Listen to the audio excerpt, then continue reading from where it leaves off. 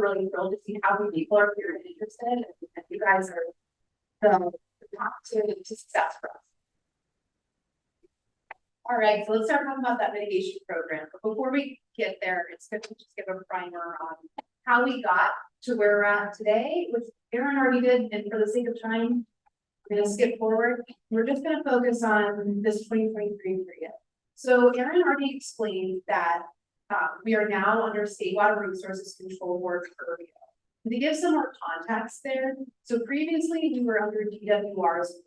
DWR is a regulatory agency, and the State Water Resources Control Board, they're the enforcement agency. So you can think about that. After the first advocacy letter, Kaweah Subbasin remained within DWR's purview. However, after the second advocacy determination, that's when we were sent over to the State Water Resources Control Board. And to be very clear, we are not under probation at this time. We're in this interesting limbo period where we have time to dedicate all of our resources to addressing the comments from DWR so that we can make the case to avoid State Water Resources Control Board probation, and in the worst case scenario, eventually exit State Water Resources Control Board probation. So that probation, that would happen, or the probationary hearing is scheduled for March 2024, as Aaron has communicated. And so that's when we would be making that case. So all of the consultants and all of the GSA staff and the respective committees, so that would be the technical advisory committees, you know, of stakeholders, and also the advisory committees made up of a wide variety of stakeholders. Everyone's working pretty furiously. And one of the big ones is this mitigation plan. So the three things that Aaron had pointed out earlier. And so I did want to clarify what's the problem with State Water Resources Control Board probation. I have heard through the grapevine that there are folks, not necessarily just in this case, but across the San Joaquin Valley, that may have the philosophy of how bad is it? How is it worse than having the GSA? So I just wanted to clarify why the State Water Resources Control Board intervention is undesirable. So we'll start off with, in the event that everything I have up here is only if the basin goes under probation. So that is not conditions that we're in right now. These conditions that we're trying to avoid, right? So the first one is that landowners would be required every April to report the amount of groundwater, and that would have to be communicated on a monthly basis. The State Water Resources Control Board is not too trusting that folks would be providing accurate information, and that's where they throw in a metering requirement. To make this a little more dicey, the metering requirement, they would not be providing the meters, they would not be installing the meters, they would not be paying for the meters. This is something that they would be requiring all well users that pump more than 2 acre-feet per year, which is the growers in this room, right? They would fall under that category. So really something we want to avoid. And to add salt to the wound, there would also be fees instated by the State Water Resources Control Board, and that would be going towards their management of the basin. And to add another layer, I know this is a really fun conversation and it's pretty sobering. The sub-basin must still make progress towards updating the GSA. So the GSA managers here, their respective staff, their consultants would all still have to be working towards updating the GSP. They would still have to be implementing these projects that they just discussed. We'd still have to be monitoring, reporting, or annual reporting, etc. So in other words, business as usual, plus these additional impacts. So really an undesirable situation. And I know when I said fees, I'm sure a lot of folks in this room were like, what are the fees, right? Let's talk about that. The fee, there would be a base filing fee of $300 per well, but here's where it gets really expensive.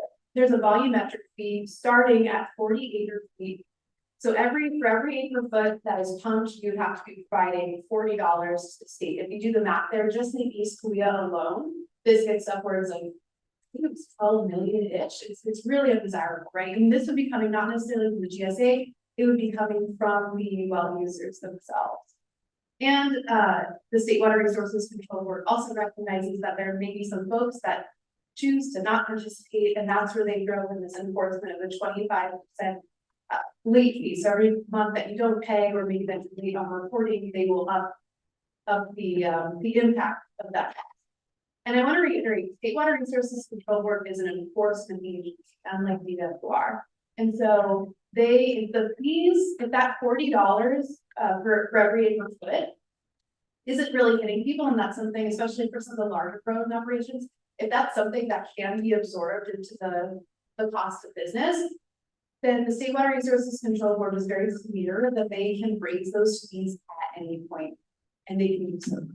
So we really want it to be felt. So we really want to avoid this. The only way to avoid this is to address those comments from DWR and to also work closely with the State Water Resources Control Board to gauge what they're concerned about on top of that.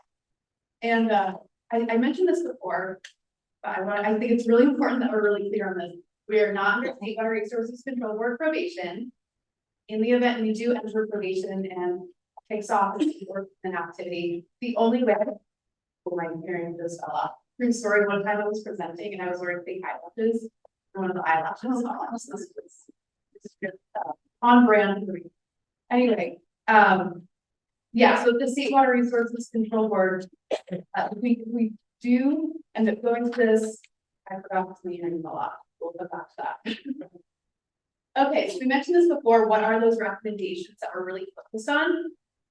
Most of the effort right now is going towards the technical metrics for analyzing and assessing sustainability. And so that would be those water level sustainable management criteria and subsidence sustainable management criteria. To remove the jargon, it's essentially assessing how our path towards sustainability and how are we measuring that? How are we measuring what sustainability is, right? But today, I'm here to talk about the mitigation program. So what does the mitigation plan or program do? It outlines a process for which impacted well owners, or in some cases critical sector owners, may receive technical and or financial assistance to mitigate said impact. And to be clear, we're not, the GSAs are not responsible for mitigating every single well that has ever had an issue, right?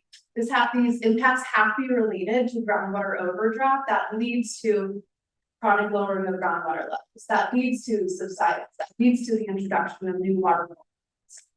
And also these impacts have to have occurred post GSP implementation. So in other words, post 2020. So if your well went dry in 2002, that would not qualify, right? But if your well, let's say a well goes dry in 2017, or I guess 2021, that would qualify, right? So there's a whole slew of qualification criteria. And I wish I had more time to talk about that today, but we'll get in on how you can review and provide your feedback. Okay, so I've been using the phrase program and plan pretty interchangeably. So let's clarify that. The Kaweah Subbasin Mitigation Program is for the whole subbasin, and it essentially lays out the minimum requirements that each of the plans must include. And so that includes a clear process. So the claims process, if you have an impacted well, the claims process is the same whether you're working under prison Mike's GSA or if you're operating under Mark's GSA, right? So no matter where you're at, the claims process. And I wish I had more time, but I already got the warning that we're kind of slow. So I'm going to skip over the process slide, but if you have questions, I'm happy to answer after. Okay, so let's talk about these individual plans and where there are deviations. So the program itself, that's the commonalities. The plans, that's where we start to see some differences. So there may be differences in the claim eligibility for that qualifications criteria, right? So to be more clear about that, so the minimum requirements, so in that program framework, the minimum requirements are to address drinking water wells. However, if we jump down to the individual mitigation plans, one GSA may be mitigating for more than just drinking water wells, and another plan may be just right? On top of that, another deviation is the types of mitigation that is available. So for East Kaweah, for example, that's the GSA that I was familiar with, that's where I'm working. We have, right now as it's written, we are addressing drinking water wells and all other wells. However, the other wells would only qualify for technical assistance, whereas the drinking water wells would get financial, so funding assistance. Okay, so these documents, so to be clear, there are 4 documents right now in circulation. We have the Kaweah Subbasin Mitigation Program and 3 individual GSA mitigation plans. These are now open for public comment.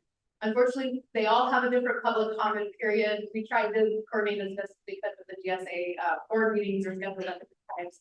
But to be clear, all of these public comment periods are open through this month. So I highly recommend if you're interested in learning more about this, or if you're interested in providing your thoughts, we'd love to hear it. That's sincere.